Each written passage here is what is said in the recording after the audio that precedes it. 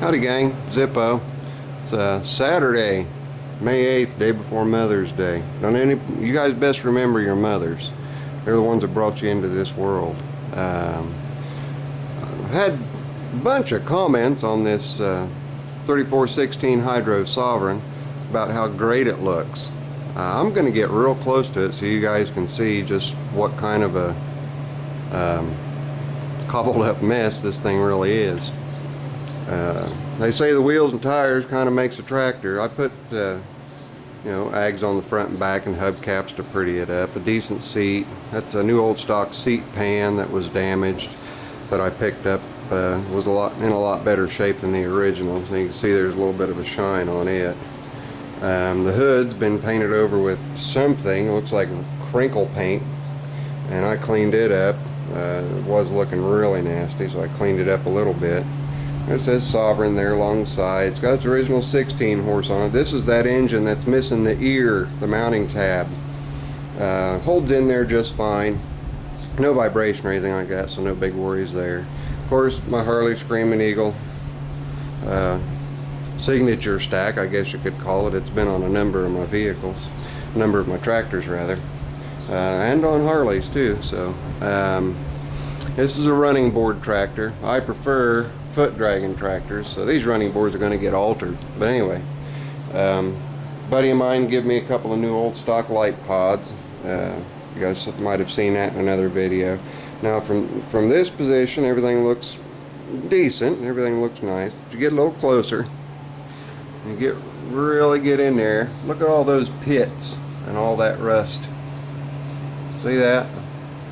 Okay, all along here. So it's not a beauty queen like some people are saying, and I'm saving the best for last here as far as its cancer, as it were. It's got a Vickers hydro. It marks its territory. It's got a little leak. It's not too bad, but the leak is slowing down. I'm guessing it's just because it sat for so long before I got a hold of it and decided to do something with it. You can see the damage here, the dents. But anyway, this is the seat pan that I got in a box that had that new old stock seat sitting in it. So I didn't really care much about that being missing, or about this being messed up, because I was really just after the seat. So Lowell, I thank you for the Squire. Excuse me guys, hang on just a second. Alright,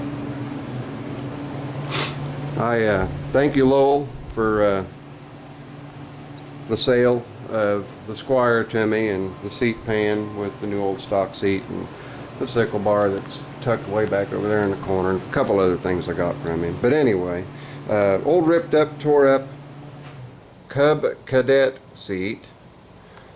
It's sitting on the best thing it ever could have sit on in its life, that's for sure. Go ahead, Cubby guys, go ahead. I might deserve it, but I'll pull anybody on asphalt and win with a simplicity. All the original mounting holes are empty. You have the ignition mounting hole, the choke mounting hole, lights mounting hole. I did old school version with an old school Briggs key and old school push button. Put this in place where the hour meter would have gone. Put the ignition switch, I believe, either where the generator went, generator light, or one of those. I don't even know because it didn't have them when I got it. And then my headlight switch. And of course, those headlights are working out real well, the ones that I modded up. And underneath the hood, I tried to keep things semi-clean. Bungee strap holding the gas tank in. Didn't have any straps with it when I got it, so that's holding it in place. That's good enough for me. There's that 16 horse. Charges up real well. Got a nice good starter generator and a newer voltage regulator on it. 3-year-old 360 cold crank and amp battery. It's doing a good job. Excuse me, correction, 2-year-old let's see, April '08. Yep, 2-year-old battery. It's a Rural King battery. Here's something that's a little different that some people have talked back and forth about on simple tractors, and that's this is a 16 horse. I ran the numbers. There's the, you can see the 2 humps in the head there. A lot of the 16 horsepower engines had synchro balance gears externally on the outside of the engine block, and they were mounted here with a big gear case cover, an odd looking gear case cover. Both of my 16 horse engines have flat plates with bearings. As you can see, this one doesn't leak any, and Ugly Alice is out in the garage, but she doesn't leak any either in front of that. And the vibration's not that bad at all in comparison to everything else I've got. But anyway, here's my cobbled up wiring. Got my inline fuse in case my headlights pop out and try to ground themselves out on the body of the light housing or on the hood. The hood was hacked up. All these cuts were in the hood and everything was folded over. So I straightened out what I needed straightened out just to get my muffler stack to clear the hood.